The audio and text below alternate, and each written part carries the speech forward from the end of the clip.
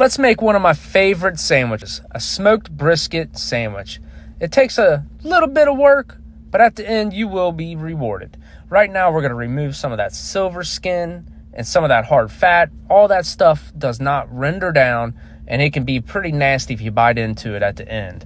You're going to shape up your brisket. You want it nice and uniform and evenly proportioned. That way when it's smoking, the smoke rolls over evenly and builds a nice uniform bark. Using mustard as a binder. The mustard does not add any flavor. This is strictly for binder purposes. And what a binder does, it allows that seasoning to stick to the meat and it helps draw it into the meat for maximum flavor. We're just using salt and pepper, keeping it nice and simple. That pepper is really going to help it build that nice bark that we're looking for. Once we get it seasoned up, we'll make sure you get all sides as well. That is very key here.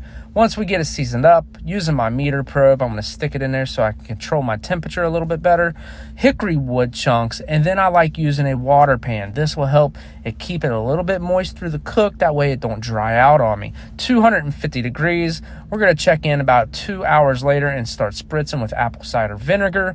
Taking a look at it here, we're about 4 hours in. We're looking for a 165 internal temperature. That 165 is a good mark where we can pull this brisket off the smoker and get it on our butcher paper and wrap it up. I'm going to spritz it with some apple cider vinegar, putting that brisket on the butcher paper. We're going to wrap it up.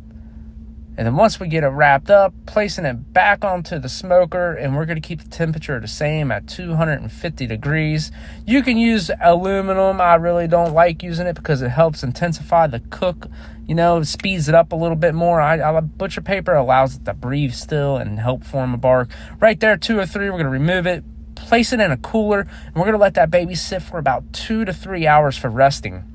While it's resting, I'm going to make my delicious barbecue sauce. You can find this whole recipe on my website. My website is grillnationbbq.com.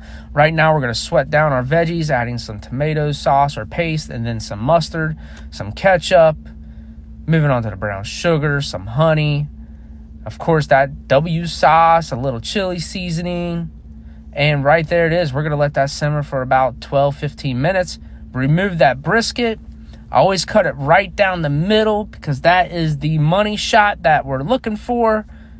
And just take a look. Perfect smoke ring, juicy and tender.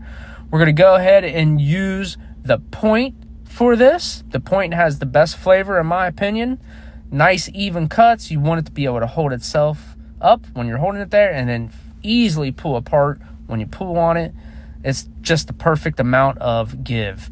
Right there, we're going to load it up with that barbecue sauce and the smoked brisket and some more barbecue sauce. And I'm telling you, it's one of the best sandwiches I've ever had. I hope you guys get on that website and enjoy.